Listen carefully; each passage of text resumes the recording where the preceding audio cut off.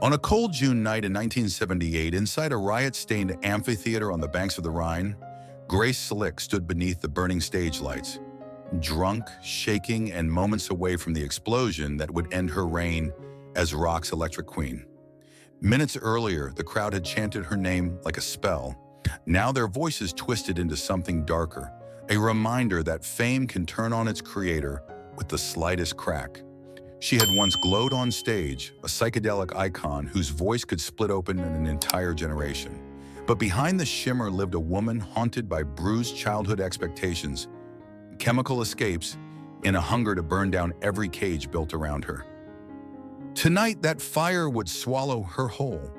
The uniform she should never have worn, the words she should never have said, and the one man who would finally push her out of the band she helped build. This is the untold truth of Grace Slick. Welcome to Hollywood Mysteries. Chaquetenieres. In the early 1960s, long before the world screamed her name, Grace Slick stood on a very different kind of stage. She was 21, newly married to Jerry Slick, the son of her parents' close friends, and living in a small apartment in Palo Alto that cost $120 a month. It was here, in a room barely 400 square feet, that the first cracks of destiny began to appear. Jerry, an amateur filmmaker, bought a used 16mm camera for $350, hoping to shoot experimental films. Grace, restless and increasingly aware she didn't fit the quiet suburban mold, began writing songs to accompany his projects. By 1964, the couple poured nearly $1,000, a considerable sum for them, into forming a small band they named the Great Society. Their first rehearsals happened in a friend's garage on Union Street, with Grace balancing her job as a model at Magnin, earning $10 an hour while rehearsing until 2 a.m. Her vocal range, stretching more than 2 full octaves, stood out instantly. Within weeks of their first live performance in October 1965, the group was playing 3 nights a week in San Francisco clubs, each gig paying $50, $75 total. It wasn't glamour, it was survival. But hidden inside this rise was the first sin that would shadow her career. Grace realized she had a talent powerful enough to eclipse her husband. Jerry encouraged her, but their marriage was already thinning under the pressure of rehearsal schedules, late-night gigs, and the growing distance between their ambitions. By early 1966, promoters were calling for her, not the band. And when Jefferson Airplane offered her a spot later that year, the decision, made in less than 48 hours, became the moment she stepped out of her old life and into a myth. Two Wagners. When Grace Slick stepped into Jefferson Airplane in October 1966, the shift was immediate and measurable. Their next album, Surrealistic Pillow, recorded in just 13 days at RCA's Hollywood studio, cost approximately $8,000 to produce and sold more than 500,000 copies in its first year. White Rabbit, written by Grace in a single night after listening to Miles Davis's sketches of Spain on repeat 4 times, climbed to #1 on the Billboard Hot 100 by July 1967. Almost overnight, she became the unmistakable face of a movement. But the glow that surrounded her wasn't pure light. During the band's peak touring years, 1967 to 1970, Grace performed more than 180 shows, often back-to-back, sometimes 3 performances in a single weekend. Her voice, alcohol-soaked but miraculously durable, carried across crowds that sometimes exceeded 300,000 people, like at the famous Toronto Rock and Roll Revival in 1969. The world saw a woman ascending. Grace felt something different. She often described the success as a vertical climb with no handrails, a line she repeated in interviews across 1971, 1973. Inside the band, the first blind spot emerged, the assumption that this meteoric rise was unshakable. By 1970, each member was earning between $80,000 and $20,000 per year, figures unimaginable to the girl who once earned $10 an hour at Magnin. But money didn't smooth fractures, it deepened them. Grace and Paul Kantner, already entangled romantically, began writing music as though they were living on a separate island from the band. Between 1969 and 1972, Grace recorded more than 40 tracks with Kantner across multiple side projects, far more than she did with her own husband just a few years earlier. Love and art merged, but so did jealousy and fatigue. Then came the prophecy, small, almost throwaway warnings that would later look like omens. In mid-1970, during a rehearsal in San Francisco, Marty Balin reportedly said, "If we keep pushing at this speed, one of us won't make it to 40. The comment was half joke, but it hit Grace with unusual weight. She was drinking almost nightly by then, often polishing off half a bottle of brandy before stepping on stage. During the band's East Coast tour in 1971, she blacked out twice, once in Boston and once in Philadelphia, forcing the band to cut sets short by 20-30 minutes. And in the quiet spaces between the shows, fractures widened in ways no audience could see. Grace began waking up with tremors, small at first, barely noticeable. By late 1972, she admitted in private letters that her hands sometimes shook so hard she had to hold a cup with both palms. The exhaustion spread like a slow leak through the scaffolding of her stardom. Still, to the outside world, she burned brighter than ever. Jefferson Airplane transformed into Jefferson Starship in 1974, and Grace became not just a singer, but the gravitational center of the entire operation. Yet the cost was already etched beneath the surface: rising alcohol tolerance, growing emotional distance, and the creeping sense that each triumph was hiding a hairline crack that would one day split wide open. Too quiet. By the mid-1970s, the cracks beneath Grace Slick's brilliance were no longer hairline. They were fault lines widening with every tour, every bottle, every night she stepped on stage, already half gone.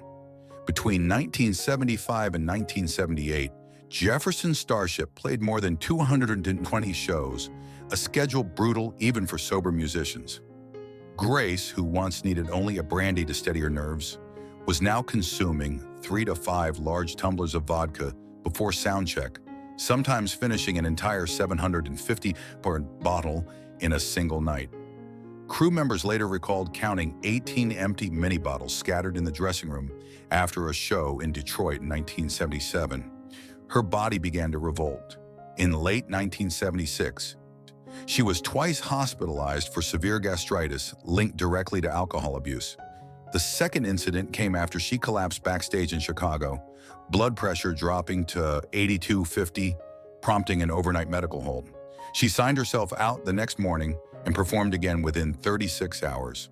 It was a cycle she had no intention of breaking. But the true unraveling, the point of no return, would come from a series of detonations spaced barely months apart. The first explosion, the Gong Show disaster. In early 1978, while serving as a celebrity judge on the TV program's Nightclub edition, Grace arrived visibly intoxicated.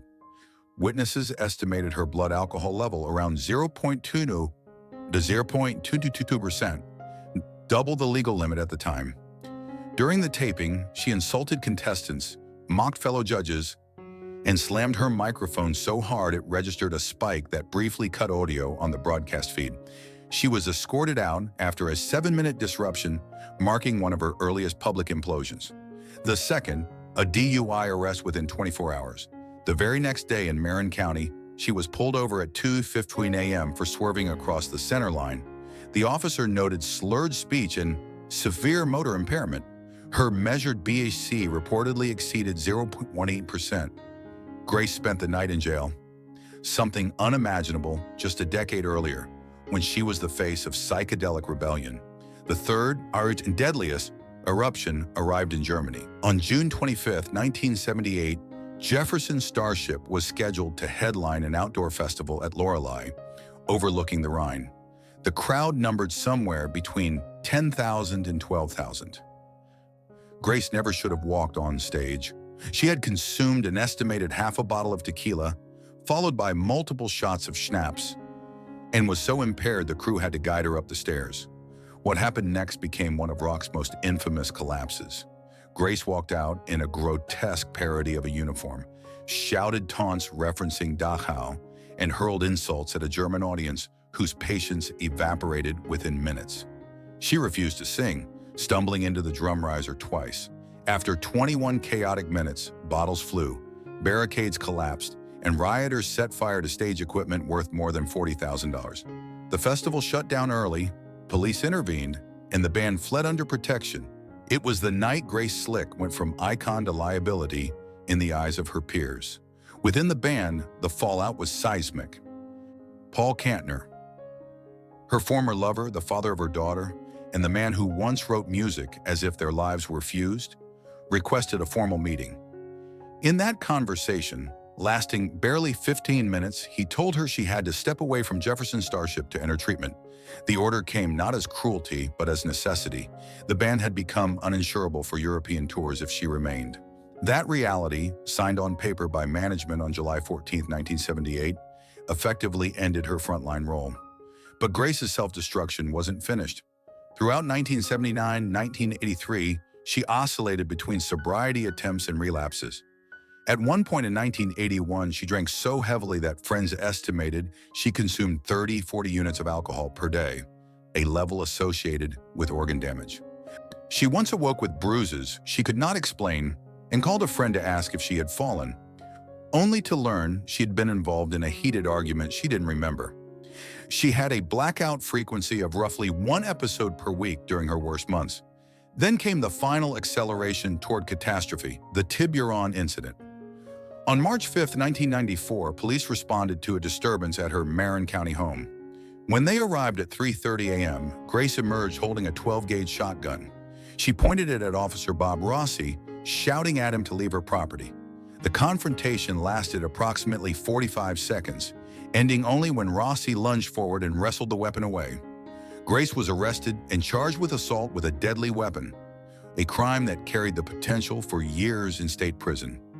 She avoided incarceration by accepting a strict sentence: 6 months suspended, 200 hours of community service, mandatory AA attendance, and random alcohol testing for 2 years. It was the closest she had come to losing everything: freedom, career, health, and self. But in that collapse, public, humiliating, and nearly fatal, the seeds of her eventual awakening were planted. Trotutuas. Grace Slick's resurrection did not arrive with applause. It arrived with paperwork, urine tests, and the slow humiliation of rebuilding a life she had nearly destroyed. After the 1994 shotgun incident, the court-mandated regimen was precise: 200 hours of community service, 2 years of random alcohol screenings, and mandatory AA meetings 3 times a week. The structure, rigid and measurable, was the first system strong enough to contain her impulses. And for the first time in decades, she complied.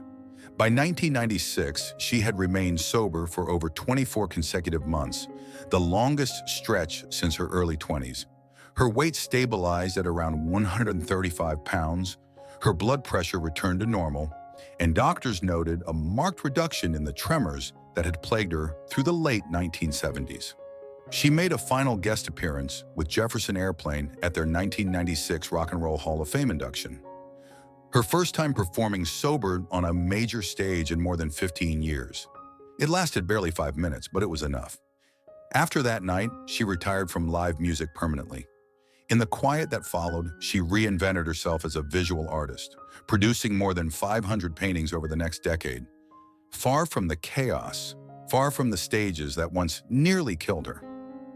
And she left behind one lingering question: how many legends survive only by walking away before the spotlight burns them alive?